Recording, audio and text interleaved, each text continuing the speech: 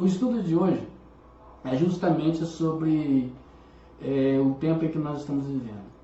É um tempo em que muitas vezes nós ficamos dizendo onde é que está Deus. E por que o John Stott ele fala sobre ser ou não ser? Por que esse nome de discípulo radical? Por que ele escolheu esse nome para o livro de ser um discípulo radical? Né? Muitas vezes nós ficamos pensando, o crente de hoje tem que ser radical ou não? O cristão de hoje, ele precisa ser radical ou não? Será que é tempo de sermos radicais ou é tempo de sermos que tudo a gente dá um jeitinho? Nós somos acostumados com um jeitinho brasileiro, né? Tudo se dá um jeitinho, tudo tem um jeito de fazer, tudo tem dá pra gente fazer, dá um jeito, dá uma situação, tudo dá pra gente resolver de alguma forma. Então nessa noite nós vamos falar justamente sobre essa questão de ser ou não ser um discípulo radical, porque muitas das vezes nós perdemos a condição de estarmos na presença de Deus, porque nós queremos de alguma forma fazer com que as coisas sejam feitas à la nossa vontade e não à vontade de Deus. Então o John Stott ele começa, deixa eu sobrepor aqui, senão não vai dar certo. Ele começa dizendo assim, né? Discípulos ou cristão?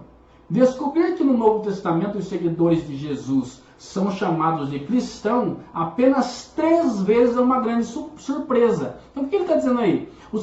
Os discípulos de Jesus são chamados de cristãos na Bíblia apenas 3 vezes, né? Mas por muitas vezes os discípulos são chamados de discípulos, né? Porque a palavra discípulo ela dá muito mais, tem muito mais a ver com Cristo, né? Então quando os discípulos são chamados de cristão? Em Atos 11:26, em Atos 26 e 28 e 1 Pedro 4:15 e 16. Ambas as palavras, cristão e discípulo, implicam um relacionamento com Jesus. Porém, discípulo talvez seja mais forte, pois inevitavelmente implica relacionamento entre aluno e professor. É muito fácil você ter um relacionamento com o professor, apenas um relacionamento baseado no que ele tem para te ensinar, no que você precisa de aprender. Mas não de um relacionamento pessoal. Nem todo mundo, a maioria esmagadora das pessoas que nós conhecemos e nós mesmos, não temos uma relação pessoal com o nosso professor, com o nosso mestre. Nós o conhecemos da escola. Nós o conhecemos no momento em que nos matriculamos e aí nos conhecemos. Então toda a relação que nós temos está baseada nas matérias que ele tem para nos ensinar. Então, quando nós quando o John Stott escreve aqui que discípulos talvez seja mais forte, porque um discípulo inevitavelmente ele precisa ter um relacionamento pessoal com o seu mestre. Cristão, muitas vezes, eu já vi muitas pessoas dizer assim, mas eu sou cristão, eu acredito em Jesus. Mas cristão não é só a ideia de acreditar em Jesus, mas é fazer as coisas que Jesus faz. É viver como Jesus vivia. É praticar as coisas que Jesus vivia. Eu vou correr aqui porque esse slide ele é um pouco grande. Então, o próximo slide... Eu esqueço, deixa eu colocar aqui em cima. O próximo slide diz assim: meu interesse é que nós que afirmamos ser discípulos do Senhor Jesus não o provoquemos a dizer, por que me chamais Senhor, Senhor, e não fazeis o que vos mando? É muito fácil nós termos um Deus, um Jesus que nos acode na hora da necessidade. Na hora da necessidade nós falamos, Senhor, Senhor. Ele vem e nos acode. Ele vem nos dar uma guarida. É muito tranquilo isso. Só que quando eu estou bem, e quando as coisas estão bem, geralmente o que eu faço? Eu não consigo obedecer e nem fazer o que ele me manda fazer. Né? Então é muito fácil chamar o Senhor, Senhor, e não obedecer o que o nosso Senhor nos manda fazer. Outra coisa que ele diz aqui, a palavra radical deriva do latim radix. Preste atenção nisso. A palavra radical deriva do latim radix e quer dizer raiz. Geralmente usamos essa palavra para nos referirmos àqueles cujas opiniões vão às raízes e os que são extremamente ou são extremos nos seus compromissos. Você já ouviu uma frase que diz mais ou menos assim: ah, você é cristão raiz, você é cristão Nutella. Ah, você é motorista raiz. Ah, não, você é motorista Nutella. Ah, você é... Já viu? Raiz e Nutella? Né? Isso é o jargão que o pessoal usa hoje. Por quê? Porque quem é raiz é a origem, é quem foi mais fundo, é quem foi nas entranhas, é quem atingiu o inatingível. Então, quando o John Stott fala assim, ó, discípulo radical, quem que é o discípulo radical? É aquele que é extremo no seu compromisso. O seu compromisso com Jesus, ele é extremo, ele vai às extremidades, tá bom? Então, esse é o cristão ou é o discípulo radical. Por que discípulo radical? Existem diferentes níveis de comprometimento na comunidade cristã. O próprio Jesus ilustra isso ao explicar o que aconteceu com as sementes, que descreve na parábola do semeador, em Lucas 8, do 4 ao 15. Quem conhece ou quem viu a palavra, quem ouviu e leu e ouviu algumas mensagens sobre a parábola do semeador, sabe do que eu estou falando, não é? Algumas sementes caíram nas raízes, outras caíram nas pedras, outras caíram nos espinhos, mas um tipo de semente, ou a mesma semente, caiu em um tipo de terreno que era duro, e ela não conseguia atingir se aprofundar no solo. Mas teve um tipo de solo que a semente caiu, que era um solo bom, e ela cresceu e frutificou. O que está dizendo? Está dizendo de pessoas de diferentes níveis de compromisso.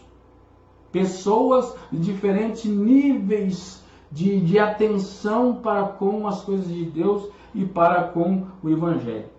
Tá? Então, os irmãos que estão online aí, compartilha isso aí, irmão. Esse estudo é bom. Esse estudo estava guardado aqui uns 3 anos aqui em casa. É um estudo muito bom. Se você puder compartilhar isso aí na sua página, no seu WhatsApp, onde for, vai compartilhando que o pessoal vê isso depois. Tá bom? Você não precisa entrar agora, mas eles veem isso depois. Esse estudo ele é muito bom e eu não sei porque eu não dei esse estudo antes lá no Jardim Carolinho.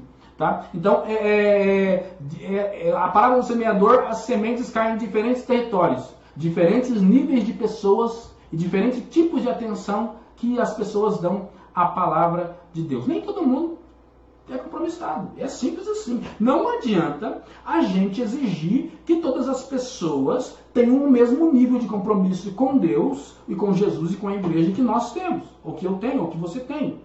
E não só no caso de igreja, em qualquer área da vida. Nem todo mundo tem o mesmo nível de compromisso que você tem com o seu trabalho, o mesmo nível de compromisso que você tem com sua família. Nem todo mundo tem o mesmo nível. E a gente tem que aceitar isso. Muitas vezes, o que a gente faz? A gente exige ou a gente espera que as pessoas tenham um nível de compromisso igual ao que eu tenho. Isso é impossível. E quando as pessoas não têm um nível de compromisso igual ao meu, eu começo a taxar ela de folgada, de descompromissada, de descrente, de desviado e tantas outras coisas, quando não é verdade. É um nível de compromisso que não é igual ao meu, que às vezes ela não entendeu o que eu entendi, ou às vezes eu não entendi o que ela entendeu, e isso é fato, nós temos que conviver com isso. Pedregulhos, espinhos, pedregar, terra dura e terra boa. A gente tem que conviver com isso, tá bom? Vamos lá, senão a gente não termina hoje. A diferença entre as sementes está no tipo de solo que a recebeu. A respeito da semente semeada em solo rochoso, Jesus diz, não tinha raiz. O que nós falamos lá no início? Crente raiz e crente Nutella. Não tinha raiz. Não tinha raiz, não conseguiu progredir. Geralmente evitamos o discipulado radical, sendo seletivos. Escolhemos as áreas nas quais o compromisso nos convém e ficamos distantes daqueles nas quais nosso envolvimento não custará muito. Porém, por Jesus ser Senhor, não temos o direito de escolher as áreas nas quais nós submetemos a sua autoridade. Normalmente nós fazemos assim. Se é algo que estão me oferecendo na igreja que vai exigir muito de mim, então eu digo que eu não posso fazer. Se é algo que vai exigir muito da minha vida, então eu falo assim, para mim não dá, eu não posso, eu tenho compromisso, não dá. Por quê? Porque eu sei que a área que o pastor convidou, ou a área que a irmã do departamento, que a irmã do departamento convidou você, vai te exigir muito. E você não está disposto a dar muito. Você não está disposto a entregar muito. Então você diz, não vai dar. Não tem como. É isso que o John Stott está dizendo aqui. Vamos embora, a gente não termina hoje. 8 características do discipulado cristão que, apesar de serem frequentemente negligenciadas, merecem ser levadas a sério. Primeira, inconformismo. Sobre ela que nós vamos falar hoje. Inconformismo.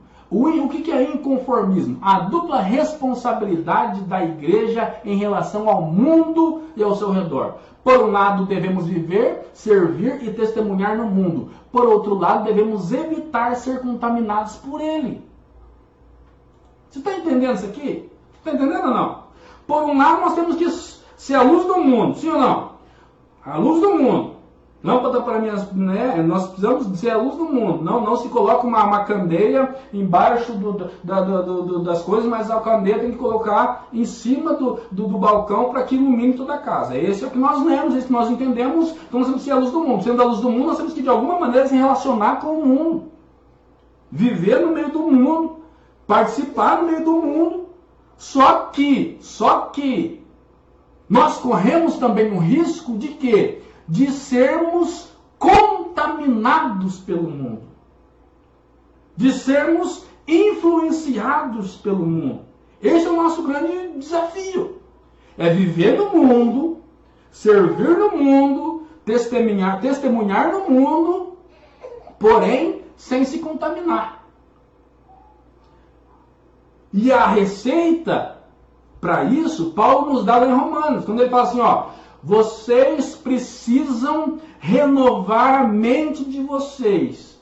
Para quê? Para que vocês influenciem o mundo e não sejam influenciados. Para que vocês marquem um mundo diferente a partir do pensamento diferente que vocês têm. Da nova dimensão que vocês estão vivendo no Evangelho, vocês conseguem viver no mundo e pensando diferente e fazendo desse mundo um mundo melhor. Então o compromisso da igreja é fazer do mundo um mundo melhor, mas também é não, de alguma forma, não sermos contaminados. Porque no mundo tem coisa boa? Não tem? Tem, irmão. Tem. Não adianta você falar para mim que no mundo não tem coisa boa. No mundo tem coisa boa. No mundo tem coisa boa. Para o meu ego, para o meu orgulho, para o meu corpo físico, para o meu êxtase, para o meu gozo, o mundo está acima de coisas boas, acima de coisas maravilhosas. Então o mundo pode, eu só posso ser seduzido por aquilo que é bom, sim ou não? Eu só posso ser seduzido por aquilo que eu gosto, por aquilo que é bom. Se não é bom, eu não vou ser seduzido. Então se o mundo pode me seduzir, é porque de alguma forma o mundo tem coisa boa. E muitas vezes eu corro o risco de ser seduzido pelo mundo. Vamos lá? Um tema fundamental repetido nas 4 principais seções da Bíblia. Primeiro, lei. Segundo, nos profetas, nos ensinos de Jesus e nos ensinos do apóstolo. Essa lei, esse tema é o inconformismo. Quais são as tendências contemporâneas que ameaçam nos tragar, as quais devemos resistir? Primeiro, pluralismo. Segundo, materialismo. Terceiro, relativismo ético. Quarto, narcisismo. Né? Então vamos lá. O pluralismo. afirma que todo ismo tem seu valor e merece nosso respeito. Ele rejeita as alegações cristãs de perfeição e singularidade e entende a tentativa de conversão como uma atitude de arrogância. Então, o cristão, é difícil falar, pluralista, o cristão pluralista, ele defende que toda fé tem seu valor. E, pessoalmente, para o indivíduo que está inserido naquele contexto, tem. Né? Mas ele rejeita as alegações de que o cristianismo é uma singularidade. Ele rejeita Jesus como único. Ele rejeita a cruz como única. Então, na cabeça é difícil falar, né? Pluralista. Na cabeça do pluralista, Buda também pode salvar. Mahatma Gandhi também pode salvar. Seixinoe também pode salvar. E toda a gama de pessoas pode salvar. Na cabeça dele, tudo leva a Deus e Deus leva a tudo. Nova era, por exemplo. A nova era, ela afirma que você pode evoluir. Você pode evoluir, você vai evoluindo, você vai evoluindo, você vai evoluindo, você vai evoluindo. Até quando você evolui? Você evolui até que você atinge o seu nirvana. Quando você atingir o seu nirvana, então você é considerado igual a Jesus. Na cabeça dos cristãos da nova era, Jesus, ele era um homem comum que foi evoluindo tanto que atingiu o seu nirvana. E todos nós podemos atingir o seu nirvana. Mas nós sabemos que ele é único. Né? Nós sabemos disso. Então nós não somos pluralista. Meu Deus do céu. A irmã Raquel colocou aqui o texto: não conformeis com este mundo, mas transformai-vos pela renovação da vossa mente. Fique à vontade aí, irmãos. Se comentar aí, eu estou com o celular, estou lendo aqui. Tá bom? Mas não saiam daí, pelo amor de Deus. Vamos lá, vamos terminar. Então nós vimos que é pluralismo, né? Tudo é Deus e Deus é tudo. Vamos para o segundo. O pluralismo também diz que nós devemos responder. Como nós devemos responder ao pluralismo? Com humildade, mas devemos continuar a afirmar a imparidade, a perfeição de Jesus Cristo. Ele é um singular, Jesus é singular em sua encarnação, é o único Deus homem. Ele é singular em sua expiação, ele é singular em sua ressurreição. Ninguém mais tem suas qualificações. Ele não tem rival e nem sucessor. Oh, glória! Ele não tem rival e nem sucessor. Eu vou repetir para você entender. Jesus não tem rival e nem sucessor. Meus irmãos, nós vamos até às 9. Se a gente não terminar até às 9, a gente não vai terminar, mas a gente vai continuar na terça-feira que vem. Se nós tivermos presencial, melhor ainda. Glória a Deus. Mas vamos lá. Então vou repetir para você não esquecer. Marque essa frase aí. Coloque aí, Alan, no Dynamos Crash. Jesus é um homem que ninguém mais tem suas qualificações. Ele não tem rival e nem sucessor. Glória a Deus. Aleluia. Vamos continuar para materialismo. O que é o materialismo? O materialista é um homem que tem uma preocupação com coisas materiais que podem abafar a nossa vida espiritual. Jesus e os apóstolos nos advertem contra ele em Lucas 12, do 13 ao 21, Filipenses 4 e 11, e 1 Timóteo 6 e 6. Se os irmãos quiserem ir colocando essas referências aí para mim nos comentários, vai ajudar. Tá? Então, fique pelo menos aqui nos comentários. Quem quiser procurar depois, vai procurando. Tá bom? Então, é o materialista problema. Por quê? Porque ele é tão materialista que o nível de materialista que ele coloca em xeque a sua espiritualidade. Uma coisa não tem nada a ver com a outra, assim não. Parece que não.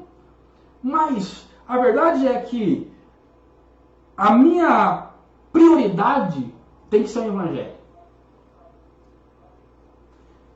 A gente vive tentando e fazendo prioridade. A minha prioridade tem que ser Jesus. Tem que ser o Evangelho. A minha prioridade não é minha família. A minha prioridade não é a minha igreja. A minha prioridade não é meu trabalho. A minha prioridade não é meus bens.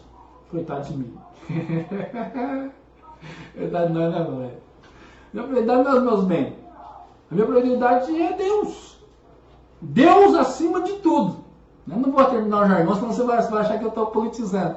Mas é Deus, a verdade é essa. É Deus acima de todas as coisas, Deus acima de todos os poderes, Deus acima de todas as potestades, Deus acima do céu, Deus acima da terra, Deus acima dos mares, Deus acima do universo, Deus acima dos astros, Deus acima das estrelas, Deus acima das galáxias, Deus acima de todos os poderes no céu e fora do céu. Deus é Deus em todo o tempo, Ele está acima de tudo também na minha e na sua vida. Ponto final. Aí eu quero comparar o que eu tenho, a minha matéria, com a minha prioridade com Deus. Virei materialista. Infelizmente eu estou comparando algo que não é comparável. Não é? Vamos lá? Vamos falar um pouco do relativismo ético. Todos os padrões morais que nos cercam estão se desfazendo. As pessoas se confundem diante de existências de quaisquer absolutos. O relativismo permeou a cultura e tem se infiltrado na igreja, no casamento, na vida sexual, nos compromissos, no homossexualismo, no dinheiro e na moralidade. Para combater tais tendências, Jesus Cristo chama seus discípulos à obediência e para se conformarem aos seus padrões. Então, muitas vezes, deixa eu sair do narcisismo aqui, nós vamos terminar no narcisismo, tá? Então espera aí, tá em 5 minutos para terminar, nós vamos terminar no narcisismo. Eu quero que você preste bem atenção. Mas quando falamos de relativismo ético, é aquela pessoa que diz que tudo é relativo. Por exemplo, deixa eu tentar dar um exemplo aqui de relativismo ético. Por exemplo,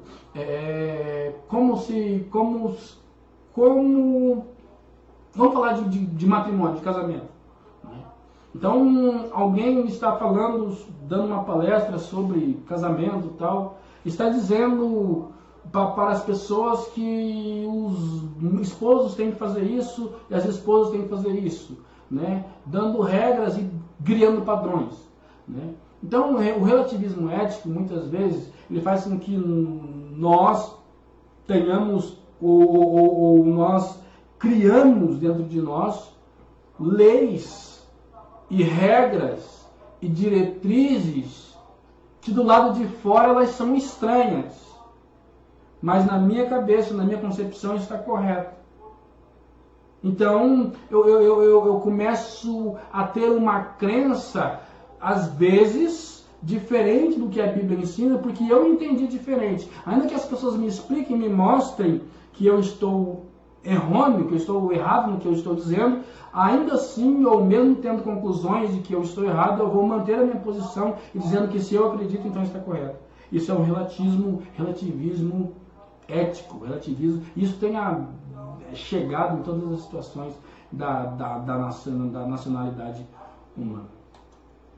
Vamos encerrar então com narcisismo. Queria que vocês prestassem atenção nisso aqui, ó. Narciso, na mitologia grega, foi um jovem que viu seu reflexo em um lago. Apaixonou-se por sua própria imagem. Caiu dentro da água e se afogou. Narcisismo é um amor excessivo, uma admiração desmedida por si mesmo. Um ensino marcado pelo narcisismo tem permeado a igreja. Há cristãos recomendando que devemos não somente amar a Deus e ao próximo, mas também a nós mesmos. No entanto, isso é um erro, pois ele mesmo, por pelo menos 3 razões. Quais razões? Jesus falou do primeiro grande mandamento e do segundo, mas não mencionou um terceiro. O apóstolo é um dos sinais, o amor próprio é um dos sinais dos últimos tempos.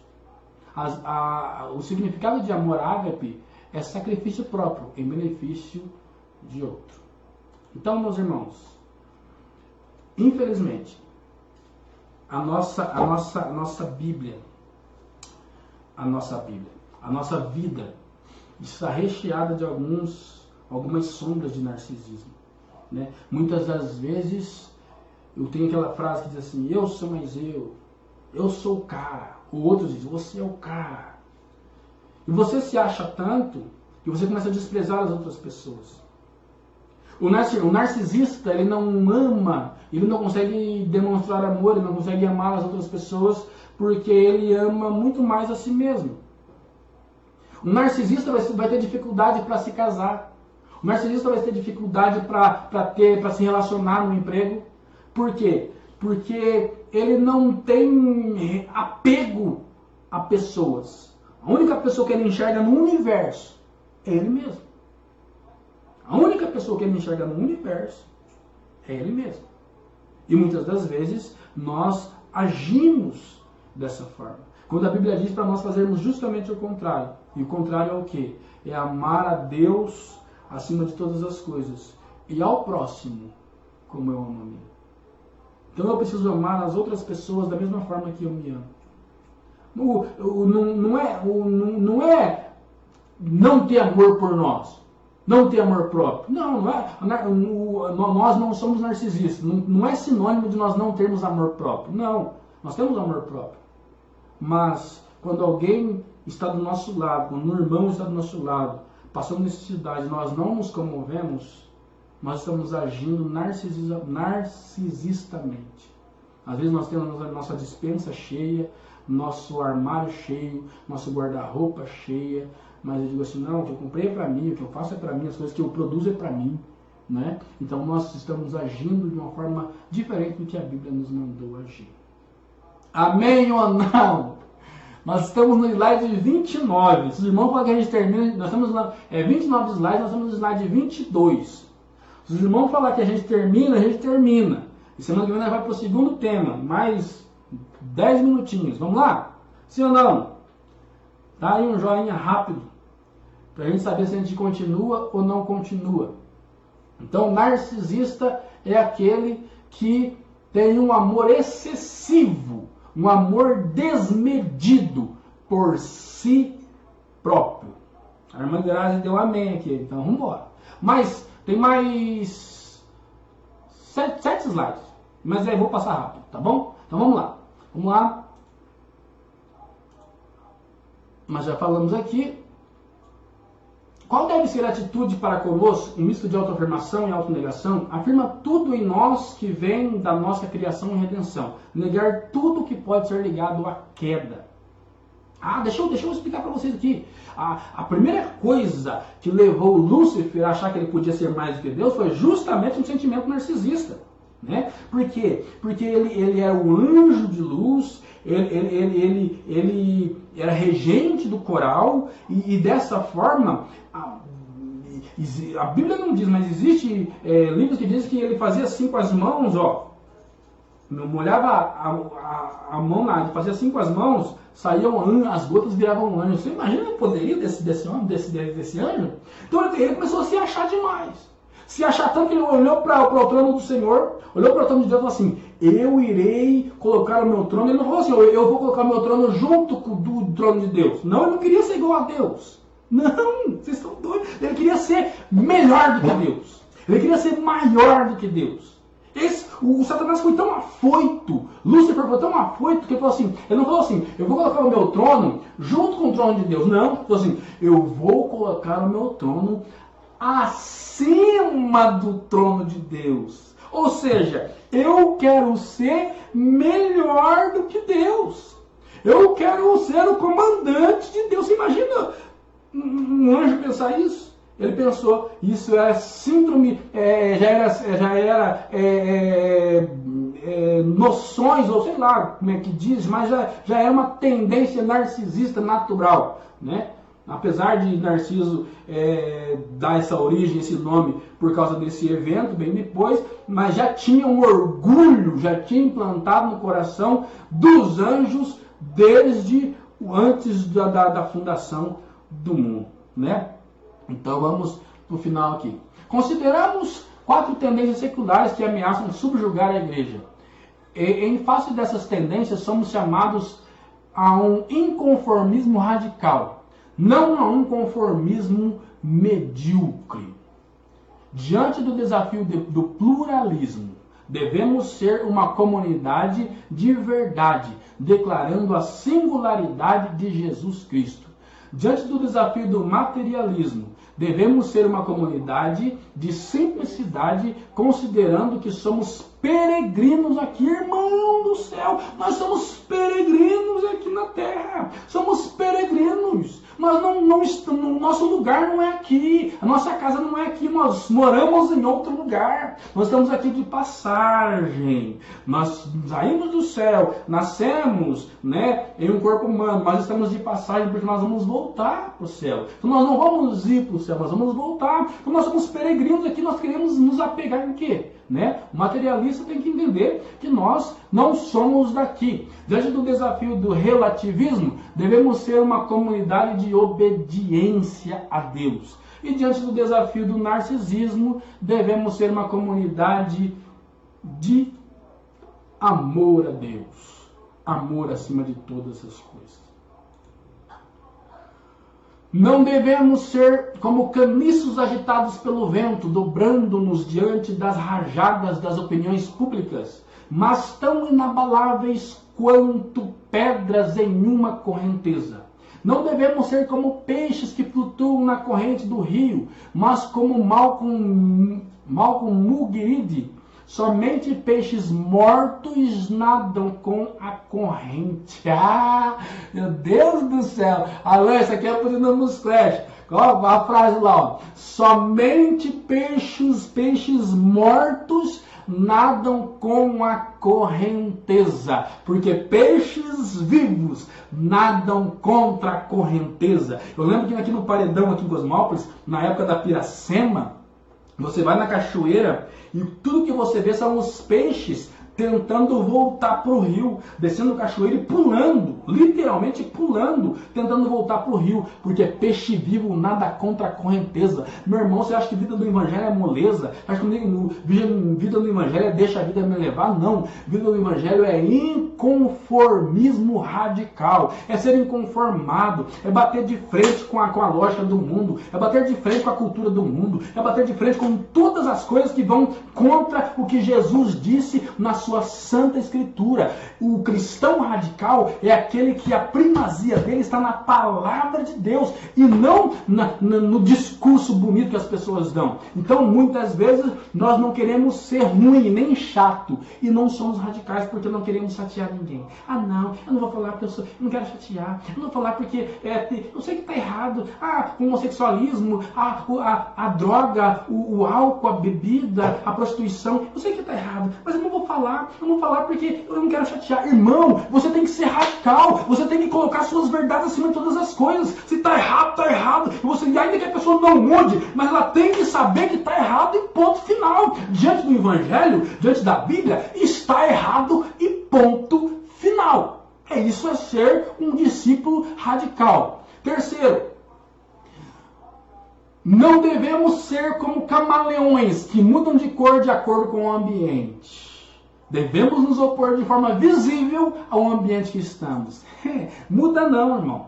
Não muda não. Ah, mas eu estou lá no carnaval e não sou cristão. Eu fui trabalhar no rodeio, então lá eu não sou cristão. Eu fui trabalhar de segurança na boate, então lá... Irmão, você é cristão em qualquer lugar do mundo. No prostíbulo você é cristão. Se você precisa fazer, você é um profissional, você vai precisar fazer um trabalho num prostíbulo, você vai. Por quê? Porque você é cristão e você não se conforma com o mundo. Você não vai ser influenciado nem vai ser aliciado pelo mal. Você está entendendo? Que o cristão ele não é influenciado por ninguém. Ele é influenciado só pela palavra de Jesus. Então, vamos terminar aqui. Vamos terminar aqui. Não está estudando. Anota aí para ele, Evanete. Anota aí para ele, ó. Vou falar de novo. Somente peixes mortos nadam com a corrente. O autor é Malcolm Muggeridge. Depois eu mando para ele. Vamos terminar. Então, o que os cristãos devem se assemelhar? Se não devemos ser como caniços, peixes mortos ou camaleões. Será que a palavra de Deus é totalmente negativa, nos dizendo simplesmente para não sermos moldados à forma daqueles que estão no mundo ao nosso redor? Não, ela é positiva. Devemos ser como Cristo, conforme a imagem do seu Filho. Romanos 8:29. O inconformismo não é que ele está sendo ruim, nem que você é grosso, e nem que você é radical demais, não. Você está sendo igual a Jesus. Jesus não admitiria uma tal situação, você também não vai admitir. Teve um filme aí que passou algum tempo atrás, que ficou famoso, que era Nos Seus Passos, o que faria Jesus?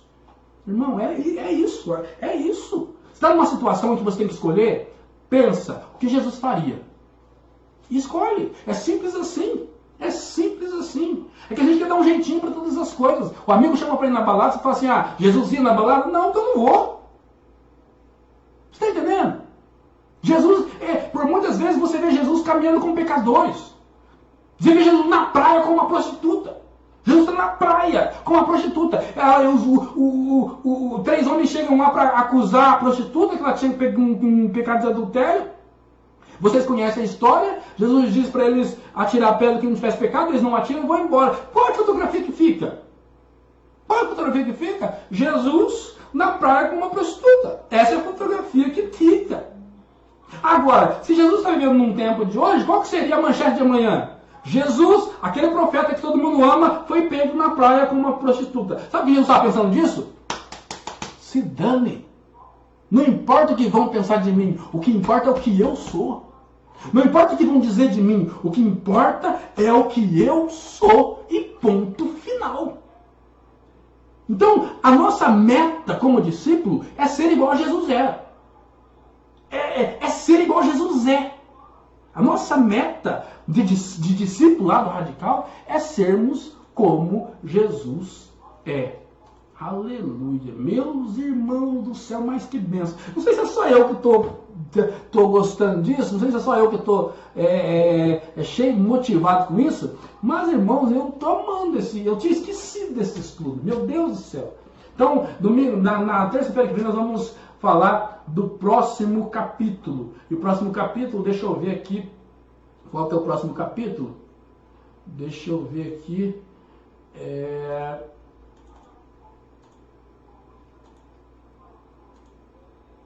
O próximo capítulo é semelhança. O próximo capítulo é semelhança com Cristo. Está aqui. Semelhança com Cristo.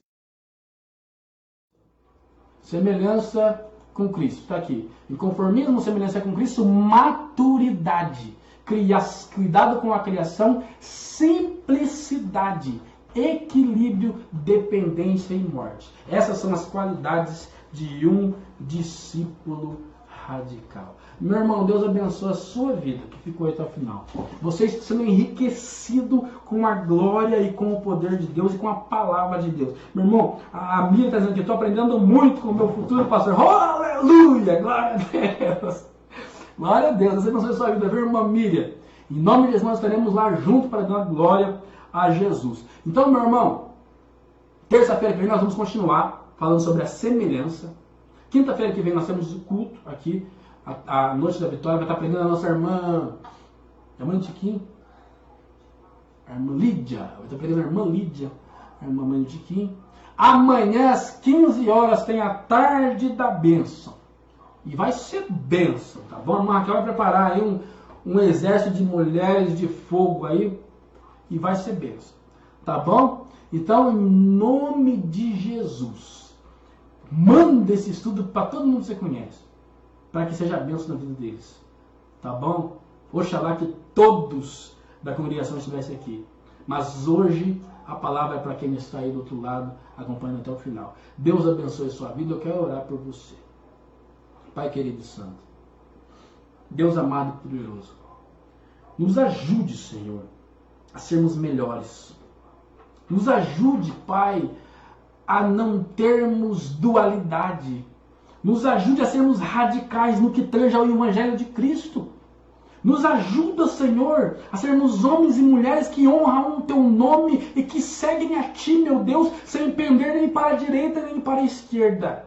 Nos ajude, Pai, a caminhar em direção ao Teu Evangelho, para que daquele dia, quando a trombeta tocar, nós possamos dizer: eis-me aqui, Senhor. Maranata, a hora vem o Senhor Jesus, e possamos estar juntamente contigo. Abençoa cada um que está, meu Deus, online aí. Vai abençoar cada um deles. Eu ministro a sua bênção sobre cada uma dessas pessoas. A sua bênção sobre eles. Eu te peço, te agradeço no nome de Jesus. Deus abençoe a todos. Se você puder, curva suas cabeças aí, estão nas suas mãos. Que o amor de Deus, a graça do nosso Senhor Jesus Cristo, fala, assim seja, e a comunhão com o Espírito Santo de Deus seja com todos vós. Todos digam amém. Está terminado no nome de Jesus. Deus te abençoe. Tenha uma quarta-feira abençoada. É o nosso desejo. Em nome de Jesus. Fiquem com Deus. Amém.